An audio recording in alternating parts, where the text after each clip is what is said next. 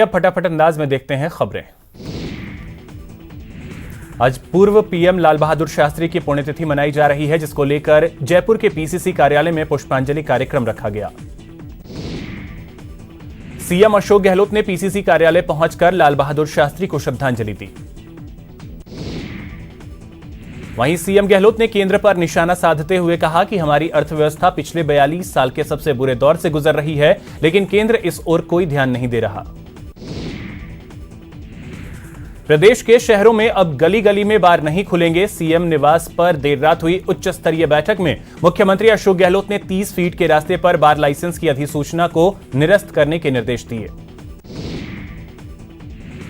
बार वाले फैसले पर सीएम अशोक गहलोत ने बड़ा बयान दिया है। उन्होंने कहा कि जनभावना को देखकर फैसला लिया गया। आबकारी विभाग ने 30 फीट के रास्ते पर बार के लाइसेंस रद्द कर दिए। प्रदेश में शराबबंदी नहीं होगी। शराबबंदी के लिए बनाई गई हाई पावर कमेटी के अध्यक्ष मंत्री बीडी कल्ला ने शराबबंदी को लेकर जारी तमाम अटकलों पर विराम लगा दिया।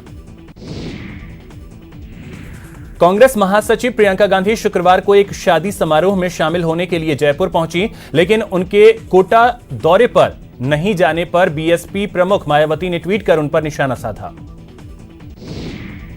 मायावती के ट्वीट पर चिकित्सा मंत्री रघु शर्मा ने पलटवार किया। उन्होंने कहा कि प्रियंका गांधी कहां जाएंगी ये मायावती तय नहीं करेंगी। दरअसल मायावती का दर्द कुछ और है। उनके 6 विधायकों ने कांग्रेस का दामन थाम लिया, जिसकी वजह से वो बौखला गई हैं।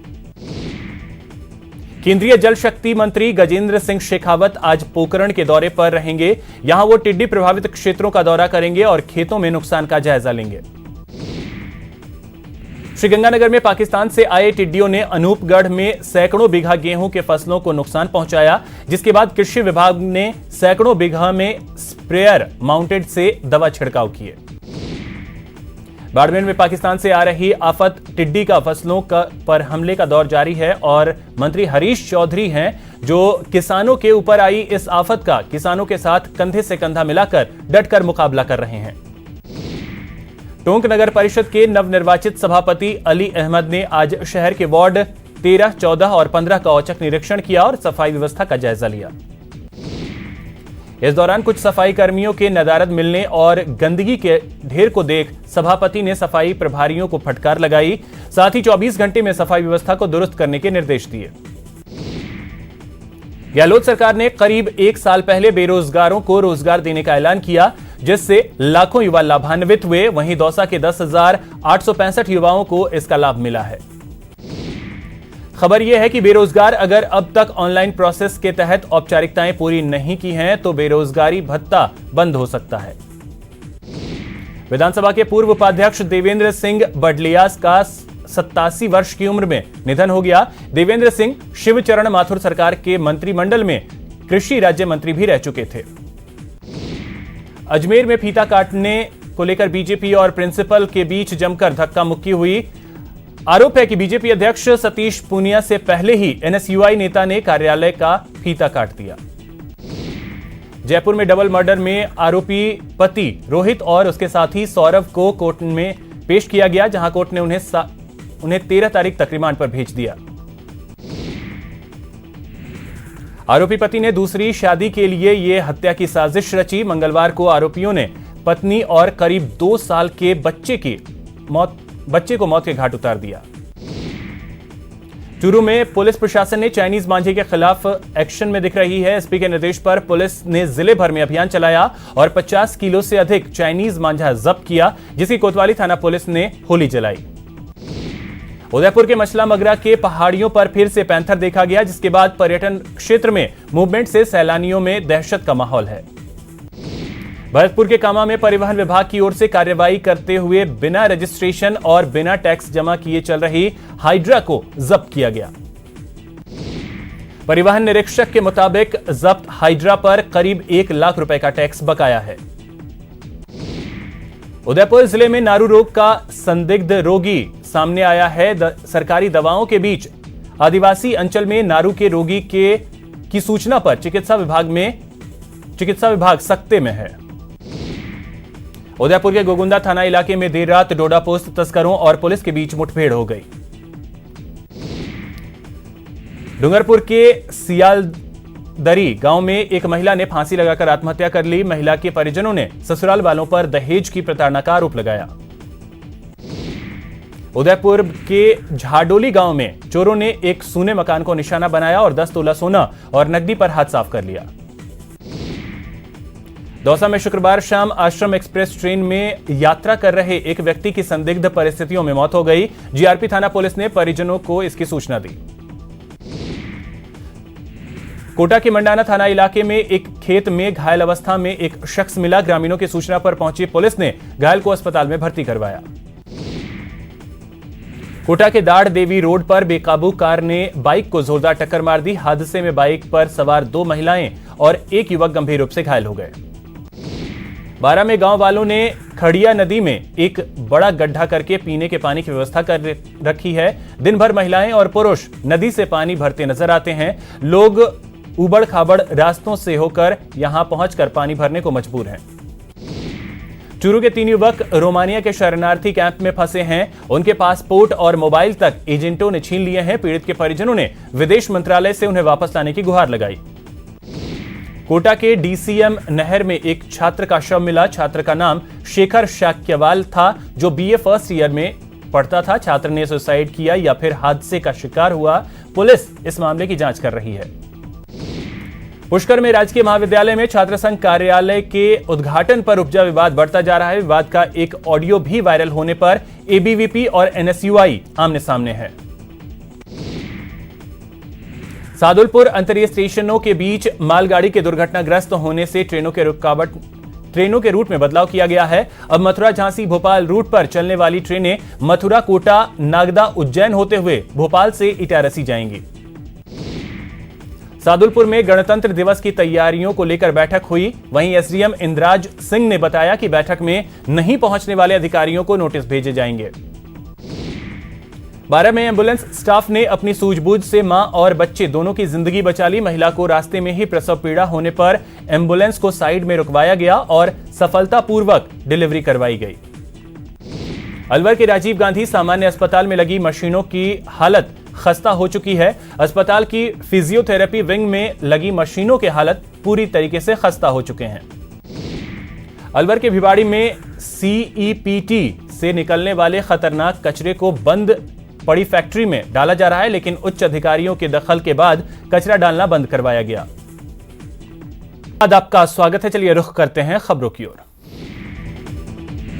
बिहार में सर्दी का सितम कम नहीं हो रहा है। यहां ठंड ने सितम ढाए रखा है। आलम यह है कि घर से निकलना तो पूरी तरीके से मुश्किलों भरा हो गया है और अलाव ही एकमात्र सहारा बन गया है।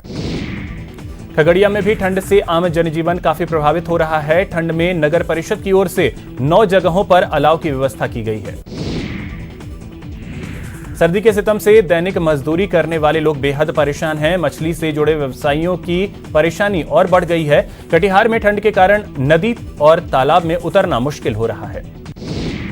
गोपालगंज में कड़ाके की ठंड पड़ रही है। यहां पिछले 2 दिनों से धूप नहीं निकली है। चौक चौराहे पर अलाव के सहारे लोग ठंड से निजात पा रहे हैं। जमुई में भी ठंड के कारण लोग परेशान हैं। सबसे अधिक परेशानी दिहाड़ी मजदूरी करने वालों को हो रही है। मरुधरा में भी हाड़ कंपाने वाली ठंड का प्रकोप देखने को मिल रहा है। सर्दी से खासकर हाड़ौती अंचल बुरी तरीके से प्रभावित है। सिरोही जिले के एकमात्र हिल स्टेशन में पल पल मौसम का मिजाज बदल रहा है। 3 दिनों से यहां पड़ रही कड़ाके की सर्दी से आज तापमान में थोड़ा उछाल आया है और आज ठंड से हल्की राहत मिली है। कड़ाके की ठंड से बूंदी जिले के 2 अलग अलग गांवों में 2 किसानों की मौत हो गई। बताया जाता है कि दोनों किसान खेतों में सिंचाई कर रहे थे। अलवर में शहर की स्वच्छता की रैंकिंग का सर्वे जल्द होने वाला है। स्वच्छ भारत मिशन के दूसरे चरण में अलवर में 4 जनवरी से चल रहे सर्वे को लेकर नगर परिषद अलर्ट पर है। राजस्थान में फिल्म छपाक को टैक्स फ्री कर दिया गया है। वित्त विभाग ने आदेश जारी कर बताया कि 6 महीने तक ये आदेश प्रभावी रहेगा। बीकानेर में अंतर्राष्ट्रीय ऊंट महोत्सव का आज तीसरा दिन है। देशी विदेशी पर्यटक यहां भारी संख्या में पहुंच रहे हैं। भरतपुर के महारानी महाविद्यालय में राष्ट्रीय सेवा योजना को लेकर संगोष्ठी का आयोजन किया गया।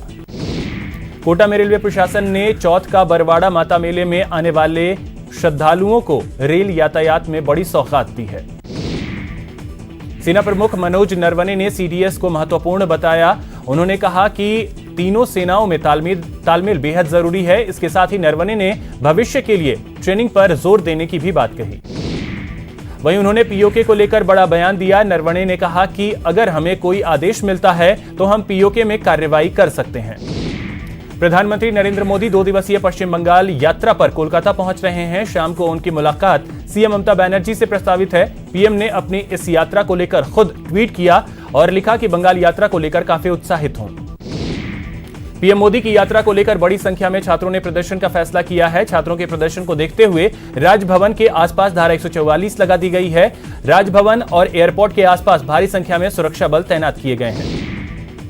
देश भर में नागरिकता संशोधन कानून लागू हो चुका है, जिसके लिए सरकार ने नोटिफिकेशन जारी कर दिया है। इस कानून से अब पाकिस्तान, बांग्लादेश, अफगानिस्तान से आए हिंदू, जैन, बौद्ध, सिख, ईसाई, पारसी शरणार्थियों को भारत की नागरिकता मिलने में आसानी होगी। जेएनयू हिंसा पर यूनिवर्सिटी के वीसी जगदेश कुमार के साथ छात्रों की बैठक हुई, जिसमें वीसी ने कहा कि हालात को देखते हुए कुछ दिनों से सुरक्षा बढ़ा दी गई है।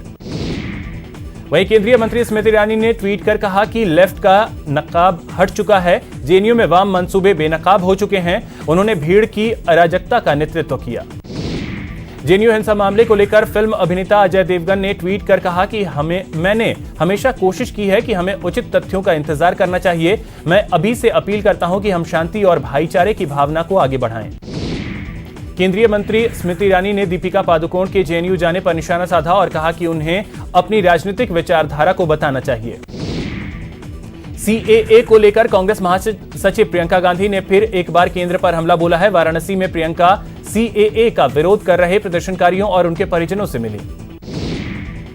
वहीं प्रियंका के वार पर संबित पात्रा ने पलटवार किया है। वाराणसी में प्रदर्शनकारियों और उनके परिजनों से हुई मुलाकात पर बीजेपी ने हमला बोला और कोटा के पीड़ितों से नहीं मिलने पर प्रियंका पर सवाल उठाए।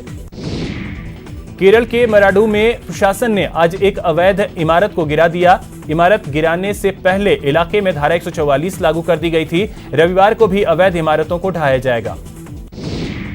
नेशनल क्राइम रिपोर्ट ब्यूरो ने साल 2018 के अपराध से जुड़े आंकड़े जारी कर दिए हैं, जिसमें कई अहम खुलासा हुआ है। देश भर के मेट्रोपॉलिटन शहरों में हत्या के मामले में बिहार का पटना पहले पायदान पे है, जहां साल 2018 में 4 लोगों की हत्या हुई, जबकि जयपुर में ये आंकड़ा जयपुर में ये आंकड़ा प्रति लाख 3.3 है। वहीं लखनऊ में ये 2.9 है। दहेज हत्या के मामले में भी पटना और कानपुर पहले स्थान पर है। एनसीआरबी की रिपोर्ट पर सियासत गर्मा गई है। आरजेडी नेता मृत्युंजय तिवारी ने कहा है कि रिपोर्ट से सरकार की पोल खुल गई है। वहीं एनसीआरबी की रिपोर्ट पर जेडीयू बचाव में उतर गई है। जेडीयू का कहना है कि आंकड़ों में इजाफा जागरूकता बढ़ने के कारण हुआ है। पटना से सटे धनरुआ में बाइक शोरूम मालिक से अपराधियों ने 5.5 लाख रुपए लूट लिए।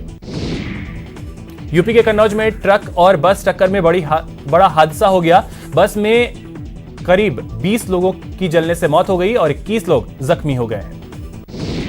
यूपी के सीएम योगी आदित्यनाथ हादसे पर उन्होंने दुख जताया है और मुआवजे का ऐलान किया।